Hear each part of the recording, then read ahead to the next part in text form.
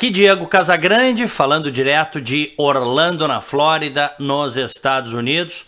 O meu convidado, a partir de agora, é Marcel Van Hatten, deputado federal eleito pelo Rio Grande do Sul, Partido Novo, com quase 350 mil votos. Um jovem que chegará a Brasília com novas ideias, com a tentativa de reformar o Estado e com uma visão liberal das relações, da vida, sobretudo do mercado. Marcel Van Hatten, boa noite. Boa noite, Diego. Boa noite a todos que te assistem aí. Satisfação falar contigo e pela primeira vez dar uma entrevista aqui, ainda antes de tomar posse, direto do plenário da Câmara dos Deputados. Passei o dia aqui em Brasília hoje, como tenho passado já alguns dias desde a eleição, para me habituar um pouco, conhecer melhor, enfim, poder chegar no dia 1º de fevereiro do ano que vem, a partir da posse, e trabalhar bem preparado. Que maravilha! Este plenário que certamente será palco de muitos discursos, mas sobretudo de muitas iniciativas tuas, exemplo do que fizeste já na Assembleia Legislativa do Rio Grande do Sul, no sentido de ajudar a botar esse trem chamado Brasil nos trilhos. E aí, Marcel, o que tu tens em mente?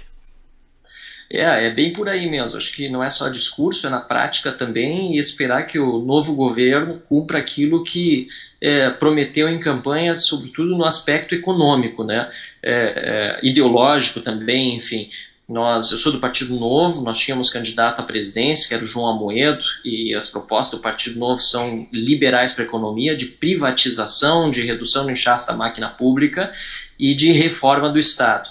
E a reforma previdenciária, pelo que se vê agora, vai ser a primeira pauta do ano que vem. Acho difícil que esse plenário aqui se reúna para discutir esse tema ainda neste ano. É uma das possibilidades, mas acho realmente muito difícil.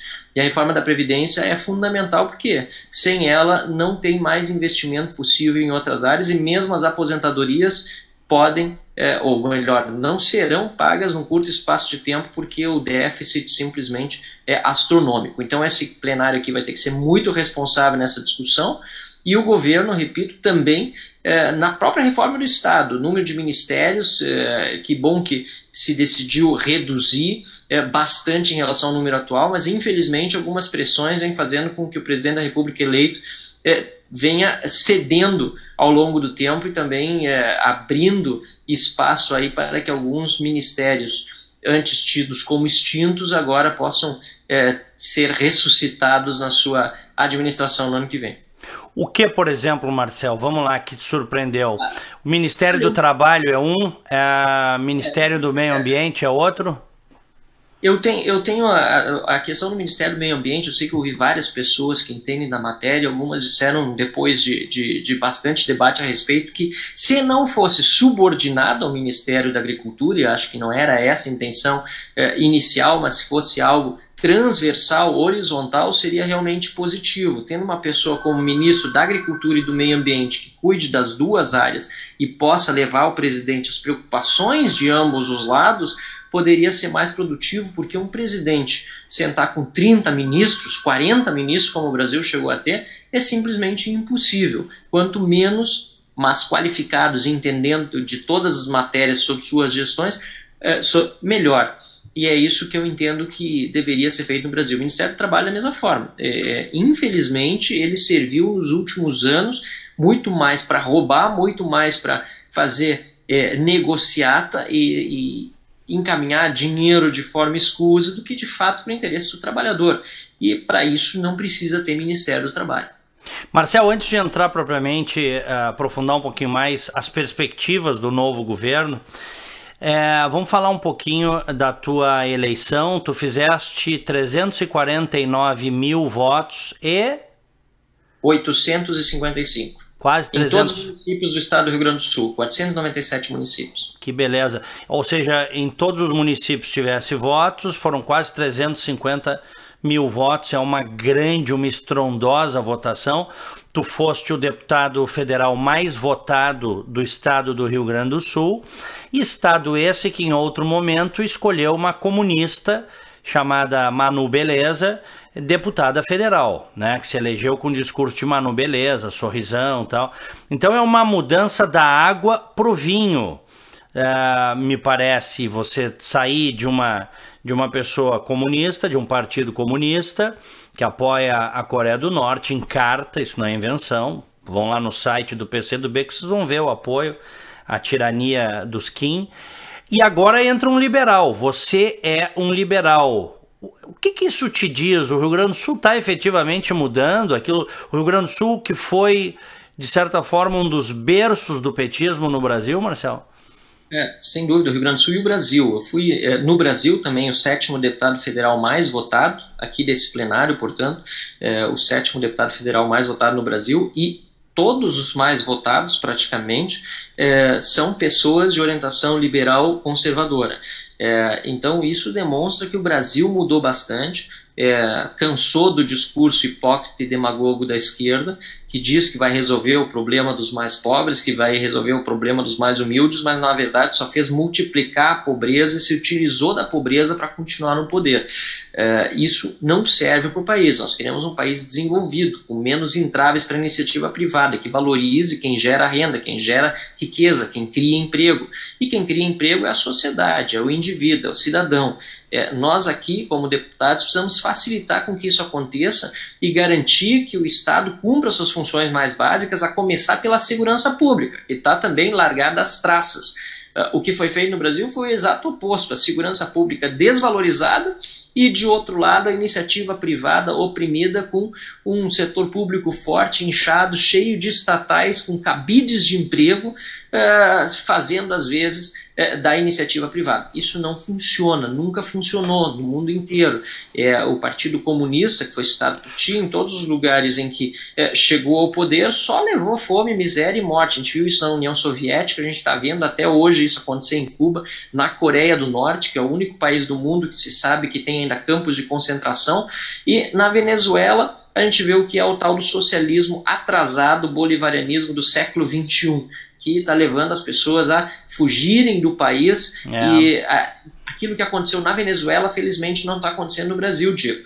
As elites na Venezuela abandonaram a política no país, e as pessoas mais preparadas acabaram deixando isso de lado. No Brasil a gente vê que não está acontecendo, tanto na política como em outras áreas no Brasil. As pessoas que têm mais acesso à informação se preocuparam no momento sério. Tu és um exemplo disso, está morando fora do país, mesmo assim ajudando muito a gente no Brasil a fazer a diferença, e isso é muito importante para que a gente supere essa tragédia comunista, socialista que se abateu no mundo todo e que não podia levar o Brasil para o triste fim a que o PT e seus partidos aliados estavam levando. Sem dúvida. E tem um outro socialismo que, infelizmente, afeta boa parte da América Latina, que é o socialismo velado.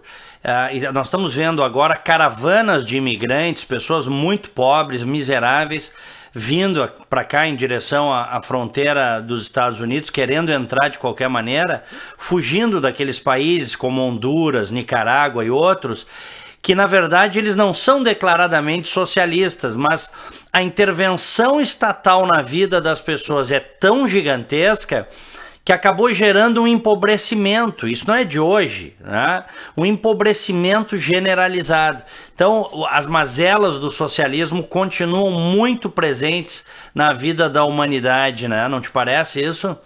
Sem dúvida. E todos esses experimentos e ideias socialistas mesmo que a gente tem no Brasil, a gente vê que não dá certo. Essas ideias também, a carteira de trabalho que foi instituída no Brasil, a CLT de Getúlio Vargas, inspirada na Carta do Lavoro fascista do Mussolini, né? Todos esses ditos direitos dos trabalhadores, no fim das contas, não são vantagem para o trabalhador brasileiro. Pelo contrário, a gente não vê gente dos Estados Unidos querendo vir para o Brasil para ter CLT, para ter carteira de trabalho. A gente vê o oposto, a gente vê pessoas querendo sair do país para ir para um ambiente em que as relações de trabalho são justamente mais livres, em que a responsabilidade individual, isso é muito importante. Nós queremos liberdade, mas queremos responsabilidade dos dois lados, de quem emprega e de quem é empregado. E nesse sentido, a gente vê que o exemplo do capitalismo é muito forte, muito positivo. Os Estados Unidos, repito, tem pessoas querendo ir para os Estados Unidos, mas a recíproca não é verdadeira. E isso também foi demonstrado na própria Alemanha, né? A Alemanha Oriental teve que construir um muro, né? Aliás, a Ocidental construiu um muro para impedir a vinda dos alemães orientais. Os alemães orientais, na verdade, queriam ir para a Alemanha Ocidental, e foi criado um muro para impedir que isso acontecesse. Foi a queda do Muro de Berlim que permitiu todo mundo ver o fracasso do regime socialista a olhos nus. Os orientais construíram um muro ao redor, exato, ao redor de Berlim para impedir. É uma das maiores tragédias da humanidade. Um negócio absurdo. A minha confusão está só entre a terminologia dos orientais e ocidentais, mas obviamente os orientais construíram para impedir essa saída, assim como os cubanos são impedidos pelo seu próprio governo de sair do país. Exatamente, exatamente. E aqui na Flórida, eu te digo, a gente encontra muita gente, ou que tem um histórico de fugir de Cuba, que já é a segunda geração, os pais fugiram com essas pessoas pequenas, ou os pais fugiram e tiveram filhos aqui. E a gente encontra muito venezuelano antes porque a Venezuela está em colapso econômico, né? Antes daquilo efetivamente colapsar, acontecer, que é o destino inexorável do socialismo, muita gente saiu do país e não foram, como tu disseste, as elites todas saíram, né? Mas as classes médias também saíram. Eu já conversei com pessoas aqui que tinham feito um patrimônio de alguns imóveis como aposentadoria, ficou tudo para trás, Marcel, fugindo da ditadura venezuelana.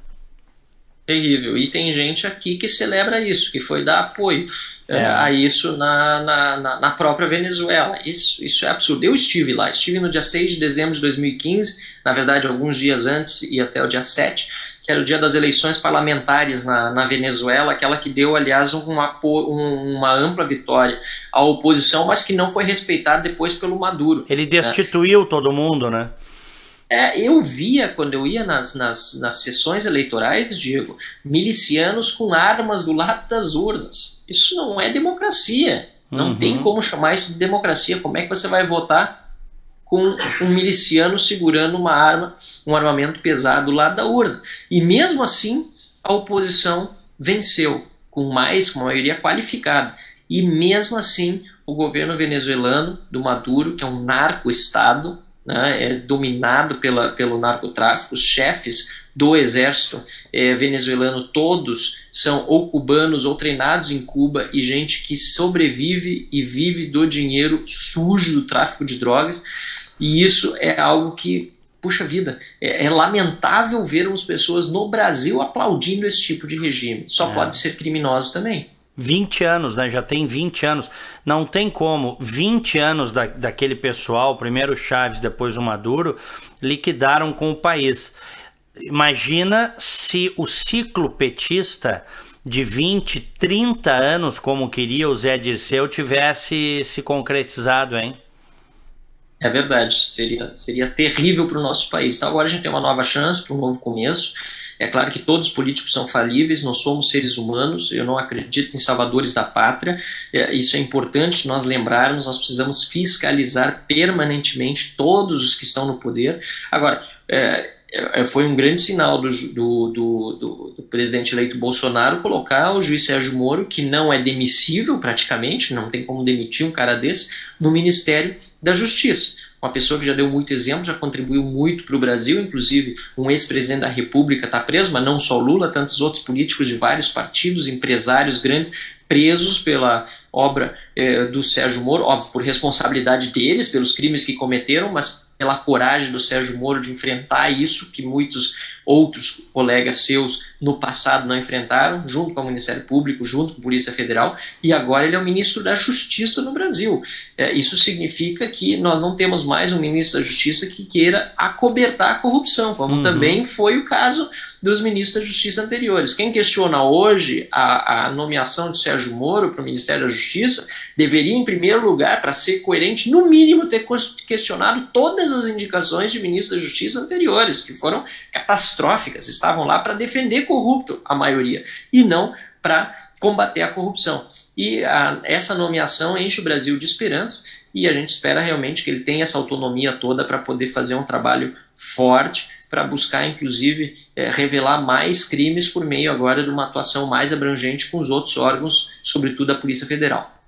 Marcel, nós estamos vendo aí o surgimento do liberalismo no Brasil. Não que o liberalismo ele já existe enquanto doutrina, com grandes pensadores, talvez em tempos recentes Roberto Campos tenha sido o maior deles, né?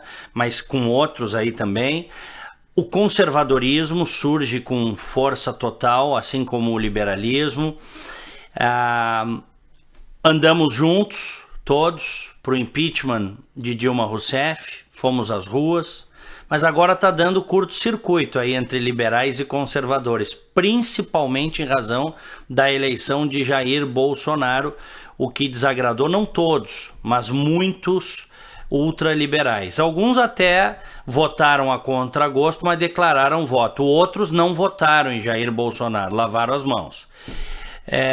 Tu tens uma característica que eu gosto muito, tu tens um lado conservador e tu tens um lado liberal, porque eu me posiciono contra aquelas pessoas que acham que para você se dizer liberal ou se dizer conservador, você tem que tá dentro daquela caixinha, daquele formatinho ali, né? Como é que tu tá vendo isso aí, Marcel?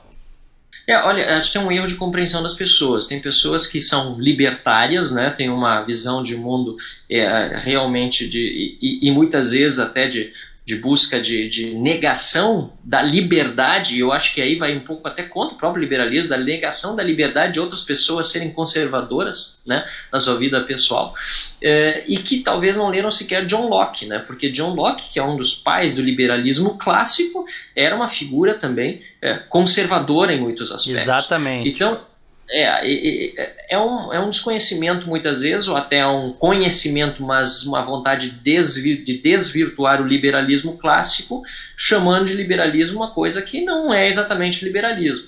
Mas é claro que eu concordo também com o que você disse, as caixinhas não importam tanto, as pessoas são um pouco liberais aqui, um pouco mais ali, conservadoras aqui e acolá. O que importa é que no básico a gente esteja junto. E o que é o básico? É defender os princípios e valores que precisam ser sustentados para que uma nação se desenvolva. Quais são esses princípios e valores? Defesa da democracia com adjetivos, como eu costumo dizer, não é? Nós passamos por um período em que ser chamado de liberal, né, inclusive, infelizmente, no estado do Rio Grande do Sul, o Instituto Liberal virou liberdade por medo da utilização da palavra liberal, em que se dizer liberal era difícil, né? As pessoas não gostavam de se proclamar como liberais e pouco diziam, porque o termo, inclusive nos Estados Unidos, onde você está, já foi totalmente deturpado, né? Ser liberal nos Estados Unidos é ser esquerdista. Né? No Brasil, por outro motivo, o termo estava sendo cunhado como, né, os neoliberais, enfim, passou a ser demonizado o termo. Agora está acontecendo a mesma coisa com a palavra democracia, ou seja, hoje a gente pode dizer que é liberal com orgulho, porque realmente é algo que está sendo buscado. Todos os candidatos à presidência da República, mesmo os de esquerda, tinham um programa liberal econômico, porque só o liberalismo dá certo na economia, e ainda mais num momento de crise. Aí sim que mesmo os mais estatistas vão atrás do liberalismo para resolver o problema. Só que agora estão usando a palavra democracia de uma forma totalmente histórica. O pessoal que é totalitário, que é dessa esquerda aí, revolucionária, dizer que é democrata é uma piada. Então, por isso eu falo, nós temos que usar a democracia com adjetivos. E o que é democracia com adjetivo? É democracia constitucional, né, que se respeita a Constituição, democracia liberal, ou seja, que os valores da liberdade, das garantias fundamentais estão inscritos nessa Constituição, e uma democracia representativa, com um parlamento como esse, em que haja líderes e representantes eleitos pelos cidadãos de forma não fraudulenta para fazer o trabalho de ideológico também, de representação das ideias da sociedade. O que mais?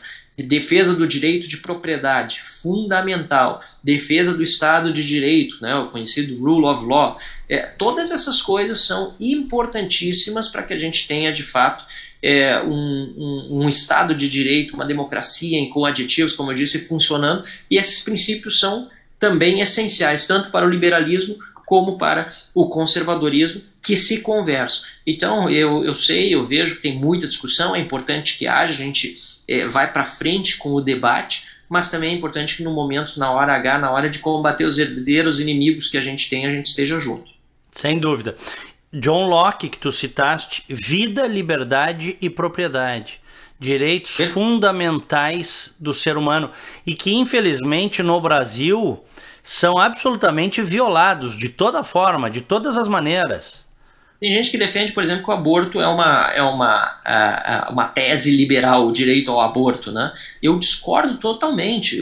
Na verdade, o direito à vida citado por Tido John Locke, ele garante a vida, inclusive do indefeso, aquele que não pode se defender, né? Então todos temos o direito à vida, e ainda mais caro é o direito à vida daquele que ainda não nasceu, que não pode se defender, né, que está no ventre materno e que foi resultado não só do ato de uma pessoa, mas de duas pessoas, né? Então, esse tipo de desvirtuamento do termo liberalismo, dizer se você não defende isso, você não é liberal, não conta com o meu suporte, com o meu apoio, pelo contrário. Perfeito. Marcel, quais serão as tuas principais bandeiras aí no parlamento? Acho que algumas delas já ficaram muito claras nessa nossa conversa, e eu quero lembrar que essa é a primeira conversa, a primeira entrevista que o deputado federal mais votado do Rio Grande do Sul está dando dentro do plenário, que ele passará a frequentar a partir de fevereiro, né? Como deputado federal pelo Rio Grande do Sul, Partido Novo. Me fala aí outras bandeiras que a gente eventualmente não tenha abordado aqui. Tu já tens algum projeto de lei em mente? Olha, hoje também saiu a oficialização, Diego, da minha eleição interna na bancada e depois o referendo do diretor nacional, que é quem indica, como líder do Partido Novo. E a nossa bancada, líder na Câmara, né, e a nossa bancada de 8 deputados federais tem um compromisso muito grande com corte de privilégios, com corte de gastos. Então, para a gente poder pedir que os outros deem exemplo, nós temos que dar exemplo também. Então, nós vamos abrir mão de auxílio moradia, de apartamento funcional, nós vamos nomear nos nossos gabinetes no máximo metade dos assessores a que nós teríamos direito. Então, uma série de coisas são importantes para que a gente possa buscar que os outros também deem exemplo. E nós somos contra a utilização do fundo partidário. O partido não usou o fundo eleitoral tampouco nas eleições, e uma das primeiras atitudes, se não a primeira, vai ser protocolar um projeto de lei extinguindo o fundo partidário e também permitindo que, em caso de não extinção ou enquanto não estiver extinto, o dinheiro do fundo partidário que está depositado numa conta, como é o caso do dinheiro do Partido Novo, que não usa, possa ser revertido para outras atividades, porque hoje o TSE diz para o Partido Novo que se o partido não utilizar e quiser devolver, esse dinheiro vai ser redistribuído entre todos os outros partidos. Isso é um absurdo. Então nós precisamos cortar privilégios para poder dizer, ó, nós não podemos aceitar também as regalias nos outros poderes, em todas as áreas, no setor público. Precisamos defender privatizações, é fundamental, de novo, como eu disse antes, quem gera emprego é a sociedade, é o indivíduo e não o governo. Nós precisamos focar fortemente no endurecimento das leis penais, e isso passa aqui pelo Congresso, passa pela Câmara dos Deputados, passa também pelo Senado. Hoje nós temos regime semiaberto, progressão de regime, disse, né, que se prende muito, mas na verdade nós prendemos muito mal e precisamos ter uma punição mais rigorosa para quem realmente é criminoso. E uma das leis que já existe no Brasil, inclusive, e que no estado do Rio Grande do Sul tinha proposto na Assembleia de forma complementar, é garantir que o preso possa pagar pelo crime cometido, trabalhando na prisão e se ressocializando. Então tem uma série de coisas que nós precisamos levar adiante aqui na Câmara dos Deputados. São 25 as comissões permanentes, nós vamos ter participantes em várias dessas comissões aqui do Partido Novo, e sem dúvida nenhuma a gente espera contar também com o teu apoio aí, Diego, de todos que nos acompanham pelas redes sociais para divulgar o que a gente está fazendo e mesmo pedir para que a sociedade se mobilize em muitas pautas que a gente vai precisar de apoio aqui, com certeza. Sem dúvida. Marcel Van Hatten, obrigado pela entrevista. Olha, há uma grande expectativa em relação ao teu mandato e a julgar pelo teu trabalho na Assembleia Legislativa do Rio Grande do Sul. Certamente será um grande mandato com grandes proposições, disrupturas e, sobretudo, levar a palavra de mais liberdade, principalmente liberdade econômica, que o Brasil precisa. Eu repito isso, não fui eu que inventei essa frase, mas eu repito ela: o Brasil precisa de um choque de capitalismo, capitalismo de verdade, que aí quem sabe um dia a gente tire o pé do barro. Concordo, Diego. Obrigado de novo pela oportunidade, parabéns pelo teu trabalho, sempre se destacando. Enfim, estou à tua disposição aí, um abraço a todos que nos assistiram. Obrigado. Marcel Van Hatten.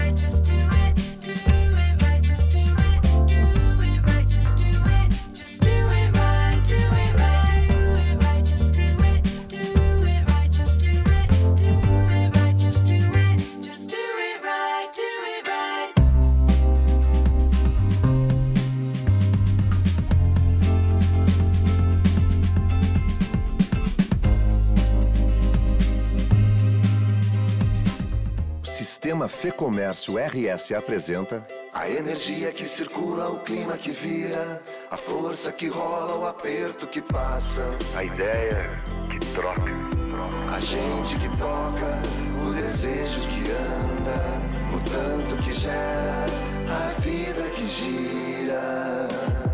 Sistema Fê-Comércio RS. Com você, a gente faz a economia girar. Com você, a gente faz a vida se movimentar.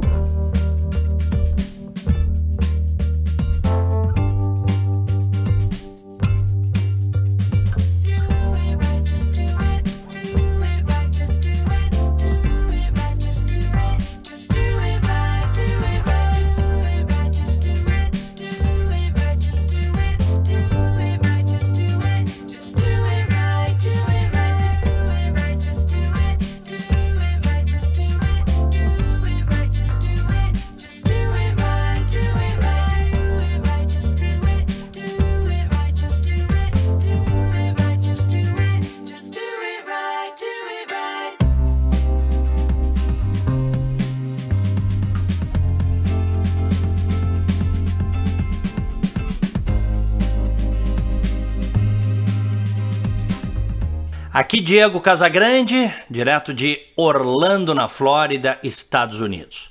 A minha convidada, com quem eu converso a partir de agora, é jornalista, cientista política, Fernanda Bart. Boa noite, obrigado por me atender. Boa noite, Diego. Boa noite a todo mundo que está nos assistindo. Eu estou aqui convidada pelo Diego com o patrocínio Que Delícia Ser de Esquerda, do livro mais recente escrito pelo entrevistador, que eu recomendo a todos. Isso, que beleza, que maravilha. Olha, eu tô com material já para um próximo livro, só que agora eu tô aqui nos Estados Unidos, não sei como faremos, mas talvez em 2019 aí tenha publicação nova, talvez, vamos ver. Opa. Fernanda, me conta o seguinte, é um prazer falar contigo, sobretudo agora depois desse segundo turno, em que tu ativamente trabalhaste por uma mudança no Brasil, colocaste aí, enfim, o teu tempo, a tua garra para ajudar a eleger o presidente Jair Bolsonaro. Tu foste candidata a deputada estadual, fizeste 15 mil votos pelo Partido Novo. Conta para mim como é que foi essa experiência, Fernanda. 14.458 votos, quase 15 mil. Fiquei de segunda suplente, Diego, numa campanha disruptiva, né? Sem uso de dinheiro público, com trabalho voluntário em todo o estado espalhado. Eu fiz voto em 311 municípios, e assim, olhando a análise dos votos, que eu já mandei fazer o mapa eleitoral, dá para ver direitinho, assim, que eu tenho votos pingados, 2 votos aqui, 6 ali, que fica claro que esses votos são do trabalho via rede social, né? Que foram as entrevistas que eu dei para ti nos programas de rádio, entrevista de TV, mas muito trabalho de multiplicadores no Facebook e no WhatsApp. Que senão não teria sido possível fazer essa votação e nem essa campanha, uma campanha que eu arrecadei pouco mais de 40 mil reais, né? Que é um orçamento menor do que o de uma campanha de vereador, normalmente, e deu para fazer muito voto com pouco recurso. E eu acho que é porque a gente estava em sintonia com o momento político nacional, porque a gente já vem há tempo de um trabalho de conscientização sobre o que realmente é a esquerda brasileira, né, contra o marxismo cultural, contra a doutrinação das crianças na escola, explicando o que é o gramscismo, que é um projeto totalitário de poder que a esquerda petista tem, e eu acho que isso trouxe muitos votos. E a outra questão, né, Diego, que são posições claras, firmes, objetivas, é uma forma que a gente tem de mostrar as coisas com clareza, causa, consequência, o que nos trouxe até aqui. Eu sei que eu fiquei de segunda suplente, cheguei muito perto de conquistar uma cadeira, né? Tem um viés liberal na economia e conservador nos costumes, e assim, estou no Novo, mas eu ainda sonho em que o Brasil tenha um partido liberal conservador de verdade. Isso vai acontecer, na tua opinião? O PSL acabou surgindo na onda do Bolsonaro, elegendo... Porque era um partido nanico, não existia. Aí o Bolsonaro foi para lá e o partido agora tem 52 deputados federais, fora os outros que ainda vão, sem dúvida, engordar o partido aí à medida em que o tempo passar. O PSL não é um projeto, quem sabe, de um partido sólido e conservador liberal na economia? Só o tempo dirá, né, Diego? Eu acho que hoje o PSL é o Bolsonaro. O Bolsonaro foi um fenômeno de votos. Da história. O Bolsonaro conseguiu eleger pessoas por estarem no partido dele que tinham feito votações minúsculas na última eleição, né? E saíram tipo de 3 mil votos para 100 mil votos porque estavam no PSL de Bolsonaro. Ele teve esse dom, esse toque de Midas, de levar muitas pessoas com ele no projeto eleitoral. Agora, eu não sei, o PSL, para mim, ainda é uma incógnita, né? Porque o PSL, antes de ser o PSL de Bolsonaro, era o PSL do Livres. Então, a gente tem que ver, eu acho que só o tempo dirá. Eu acho que o PSL hoje é o Bolsonaro, é a cara dele que está ali. Eu não conheço o estatuto do partido, eu não sei se o partido tem um estatuto que seja liberal conservador, acho que não, né? Mas hoje o partido PSL são as pessoas que estão lá e que foram eleitas. Então, foi um fenômeno, né? Eu acho que ninguém esperava, apesar de que a gente já tinha a previsão de que ele faria muitos votos, ninguém esperava que eles fossem conseguir eleger 52 deputados federais, o que, inclusive, foi muito favorável para ele como presidente no segundo turno da eleição. Ficou claro que ele não estaria isolado e não ficaria sozinho em caso eleito presidente, né? Agora, é isso que eu estou te dizendo, só o tempo dirá. Em relação ao surgimento de um novo partido liberal conservador, eu escuto isso há muito tempo, que eu ouço as pessoas falarem da necessidade da gente ter um partido assim no Brasil. Eu já ouvi falar de vários projetos, mas concretamente nada ainda. Mas eu conheço muitas pessoas que, se esse partido surgisse, sairiam de onde estão, inclusive de vários partidos, sairiam de onde estão para fazerem parte desse projeto. Eu acho que seria muito equilibrado, e seria muito saudável essa opção eleitoral também, Diego. Fernanda, eu vou te poupar de entrar na questão do Novo, isso aí a gente vai poder conversar mais adiante, mas há muitas críticas em relação ao Novo, de que é um partido eu vou te poupar disso, tá? Mas assim, de fazer comentários a esse respeito, até porque tu estás no Novo. Mas os comentários que eu tenho lido e ouvido, e que são muitos no Brasil todo, é de que é um partido extremamente centralizador. O Amoedo é o dono do partido e ai de quem andar fora da cartilha. Isso não é legal. Ao mesmo tempo, surge como um partido que nos dá uma esperança de um debate mais aprofundado na coisa da liberdade econômica, tão em falta no Brasil, não é, Fernanda? Eu espero de verdade, Diego, que o Novo faça o tema de casa no campo da liberdade econômica, do liberalismo econômico, com os seus 8 deputados federais eleitos e com os 2 deputados que nós elegemos no Rio Grande do Sul. A minha esperança no Novo hoje reside na pauta do liberalismo econômico e é isso. Bom, o que vai ser do nosso Brasil, hein? Como é que tu estás vendo esses primeiros passos do governo Bolsonaro, a ida de Sérgio Moro para esse super ministério da Segurança e Justiça? Qual é a tua opinião, Fernanda? Eu acho que a indicação do Sérgio Moro foi acertadíssima. Eu acho que ele terá muito mais condições como ministro, né, inclusive de propor questões de legislação que vão ajudar a combater a corrupção no Brasil. E junto com o trabalho que ele pode desenvolver, junto a outras instâncias do poder que foram anexadas a esse super ministério da Justiça que ele vai assumir, a gente pode ter um outro encaminhamento em relação aos crimes de colarinho branco e à corrupção em geral. O medo que isso causou em determinadas alas, né, da esquerda só prova o quão foi acertada a nomeação do Sérgio Moro.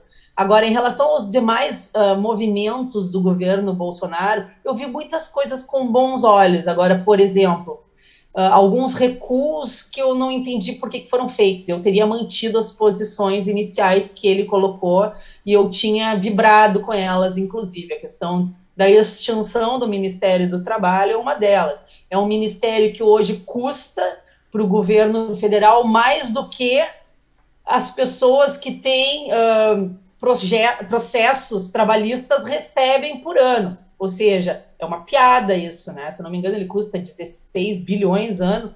É mais do que todas as causas ganhas pelos trabalhadores. É um ministério que está lá mais para atrapalhar quem quer trabalhar e produzir do que qualquer outra coisa, né?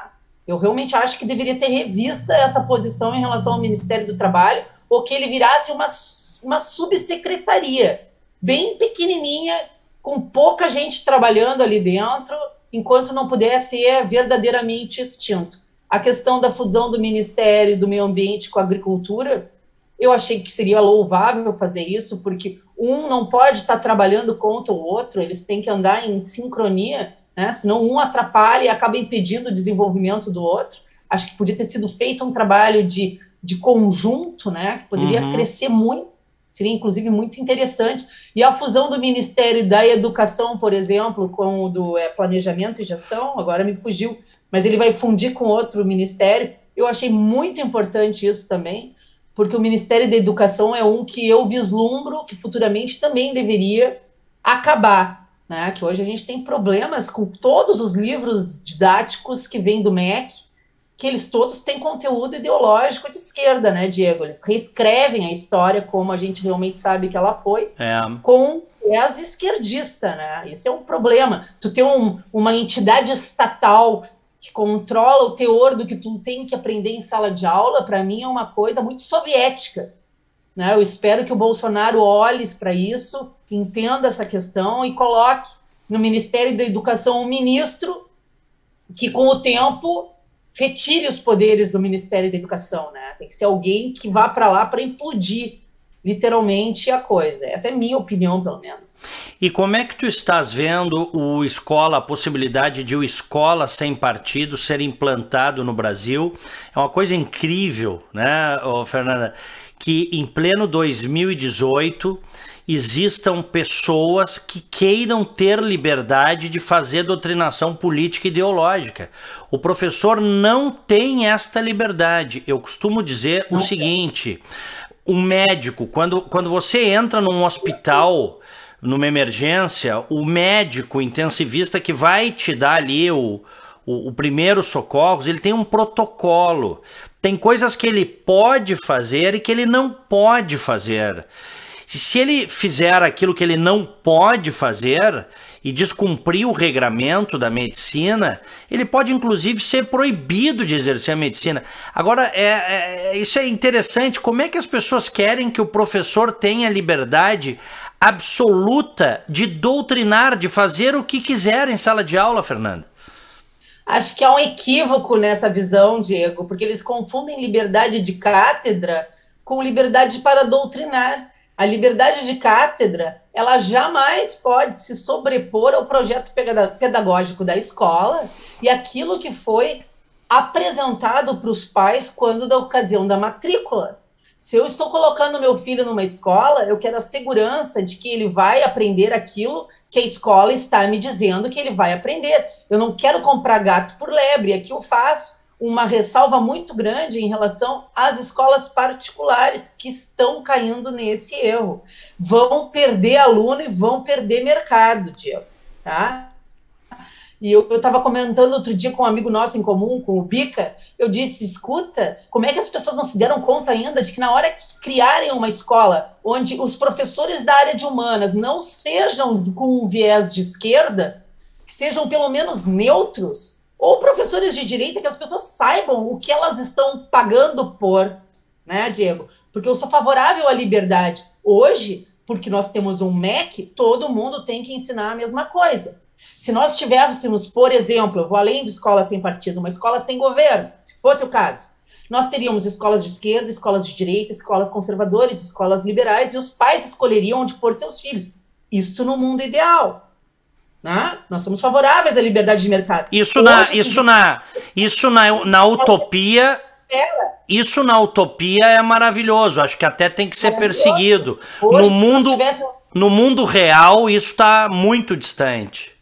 Pois é, por isso que eu digo, o escola sem partido é um mundo possível nesse momento. A gente precisa proteger as crianças que estão ali vulneráveis. É um público cativo em sala de aula. O professor exerce autoridade, liderança, sim. Um aluno, para se impor sobre um professor ou para contestar a opinião do professor, tu sabe que isso é muito difícil. Ele tem que ter muita personalidade, muita opinião vinda de casa. Uma base de valores muito forte, senão ele vai calar, vai ouvir aquilo e vai incorporar. E vai chegar em casa e vai achar que o pai e a mãe dele estão errados e que o professor é que está certo, que é o que a gente tem visto acontecer cada vez mais. Só que assim, não são poucos os casos de doutrinação em escola. É só a gente colocar no Google alunos sendo doutrinados em sala de aula. São centenas de vídeos que estão ali à disposição para quem quiser ver. Então hoje, quem diz que não há doutrinação em sala de aula está sendo cínico, está sendo cúmplice de um sistema que tem uma função: transformar os nossos filhos em militantes de esquerda e controlar o futuro da nação através dos nossos filhos. Isso é um absurdo, isso é criminoso, isso tem que ser denunciado. Eu sou favorável não só à escola sem partido hoje, porque é o melhor projeto que existe atualmente para regulamentar isso. Não é censura, não é mordaça. Isso aí quem diz é professor que está querendo agir de má fé, tá? Isso é uma proteção dos alunos. O professor tem que estar fazendo política em sala de aula. Ele tem que mostrar os dois lados e o senso crítico do aluno que forma essa convicção. Né, Diego? Exato. Isso é o que deve ser feito. Isso é o que é o correto. Pessoas de caráter, da cátedra, deveriam fazer. Hoje a gente tem um despertar de pais que não tinham se dado conta ainda do que está acontecendo nas escolas, que está acontecendo há muito tempo nas escolas, e esses pais começam a mostrar que vão olhar o conteúdo dos livros dos filhos e vão reclamar na escola. Esses professores de má fé, esses doutrinadores, eles não vão mais passar impunes, Diego. Não vão. Eu acho que essa manifestação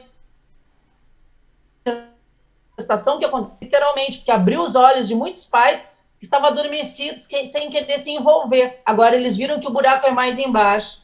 Né? Ô, Fernanda, tu sabes que eu coloco da seguinte maneira: como o Fidel Castro receberia o Escola Sem Partido, né? Já que lá em Cuba, desde 1959, eles fazem lavagem cerebral nas escolas, culto à personalidade dos tiranos, culto ao Estado máximo e uma degradação do indivíduo.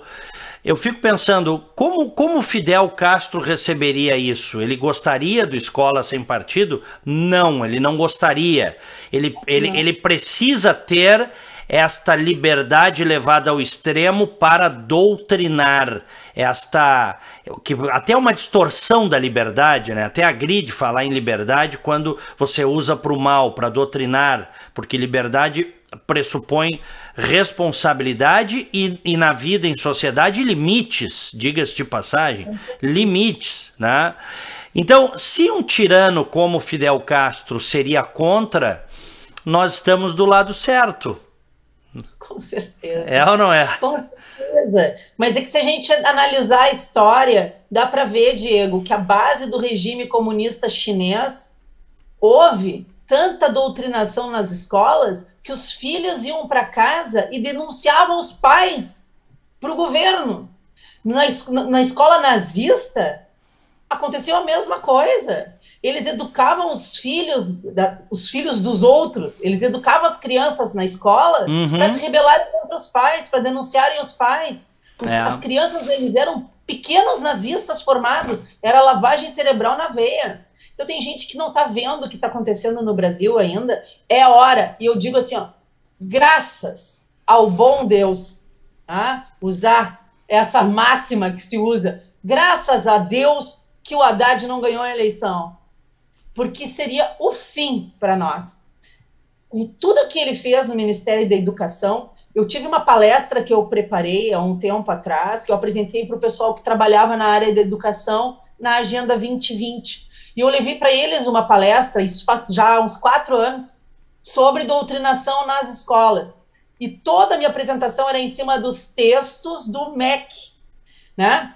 Desde dos textos que eles enviavam no início do ano letivo para as escolas, os textos assinados pelo Haddad, os textos assinados pelo Haddad e pelo Lula, claramente dizendo que a função da escola era formar agentes de transformação social, com todas as letras, Diego. Não é ensinar matemática, nem tecnologia, nem ciências, nem o bom português falado e escrito, nem lógica, muito menos interpretação de texto. Era formar agentes de transformação social no sentido freiriano da palavra. Tá? E aí, comecei a pegar os livros do meu filho, na 3ª série da escola pública, que foi o último ano que ele estudou em escola pública, e eu via palavras grosseiramente escritas errado, com um certo do lado pelo professor. Eu cheguei à conclusão de que meu filho estava na 3ª série e não sabia escrever. É, muito triste, né? Era fruto da escola. Isso a gente não pode ter, Diego. É por isso que o Brasil está onde está, com níveis de IDEB, de educação, lá embaixo. Um dos países com o pior índice de educação do planeta Terra. Isso tem que mudar. A tal da consciência crítica que o Paulo Freire dizia, né, nos seus escritos, nas suas falas, a consciência crítica. Na verdade, a consciência crítica todos nós queremos que as pessoas tenham, mas para ter consciência crítica, a pessoa precisa ter contato com várias vertentes de pensamento e não apenas com uma vertente de pensamento.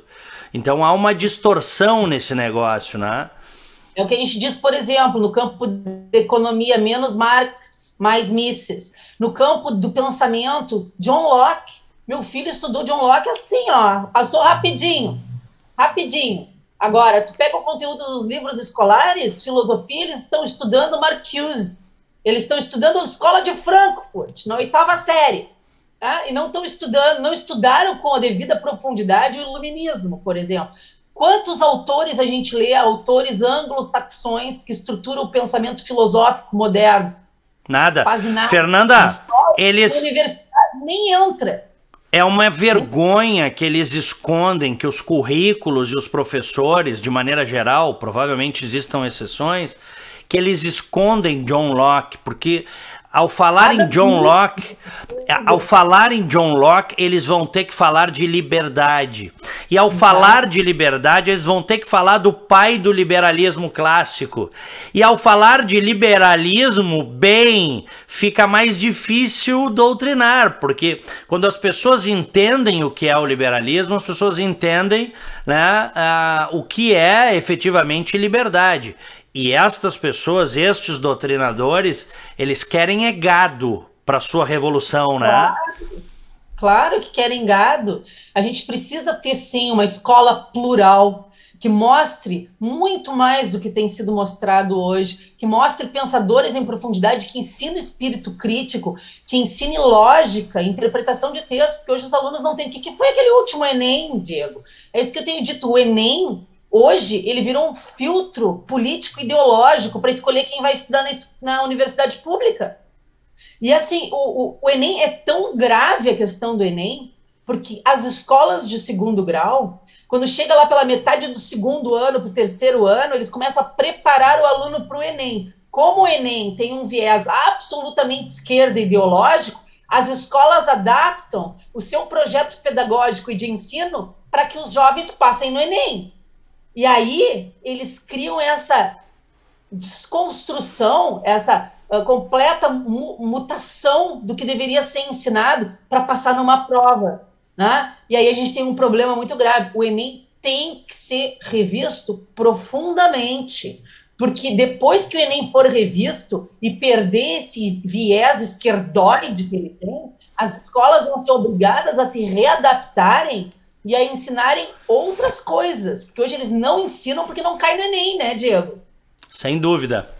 Fernanda Bart, jornalista, cientista política, obrigado pela entrevista, obrigado por conversar comigo e com os nossos milhares de espectadores. Um grande abraço, Fernanda. Abraço para todo mundo, valeu, Diego. Valeu. Obrigado, senhoras e senhores, aqui Diego Casagrande, falando direto de Orlando, na Flórida, Estados Unidos.